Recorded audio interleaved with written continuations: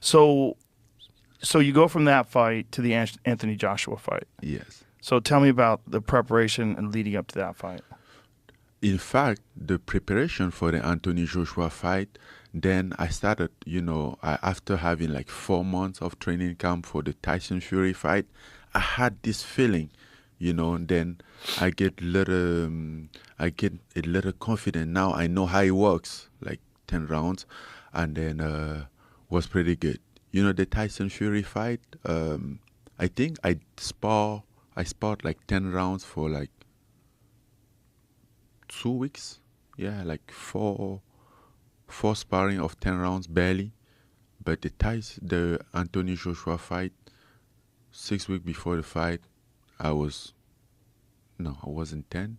No, the Tyson Fury, yeah, 4 weeks before the fight, I was already doing like 10 rounds, and I was feeling good. Even a little lighter.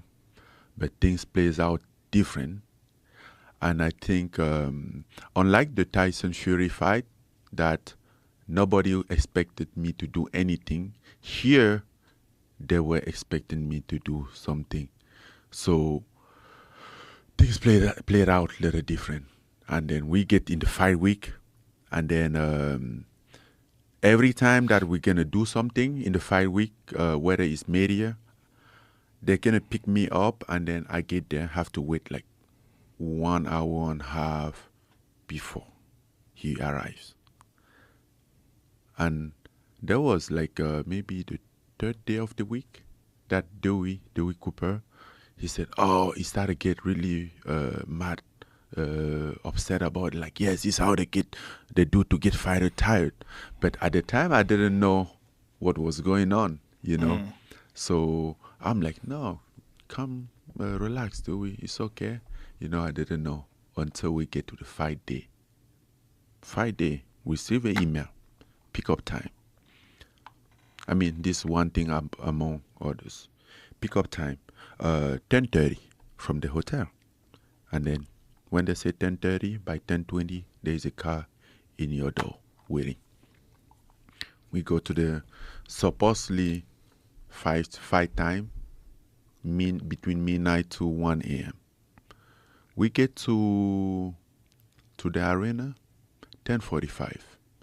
There's a producer come into the locker room, say, "Oh, guy, we are running late on the broadcast.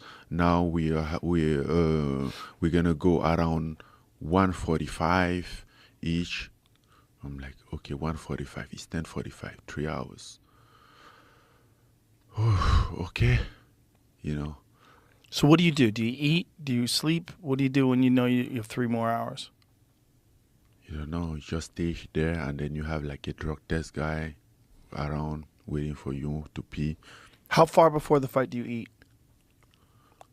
Usually, maybe like 4, 5 hours. Yeah, like maybe 5 to 6 hours. And then you get some snacks in between.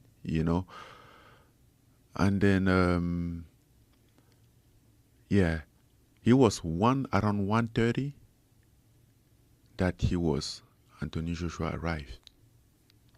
I saw on the screen, I'm like, so we're supposed to fight at 1:45. He's arriving at 1:30. What does that mean? It's going to, so So they're playing games. until we fight at 3:30. We leave Oh the locker wow. room at 3:30. I have been in Saudi for almost 2 months, training to fight between midnight and 1. Mm. That was my training time. By 2, 3, I'm So in they bed, wanted to keep you sleep. anxious, drag it on psychologically, put it in your head. You don't know when you're gonna fight. Pretty much. Yeah. But even at that time, I didn't know what was happening. Right. It was after everything that I'm like, what's going on? Because I get to the point that I was so tired.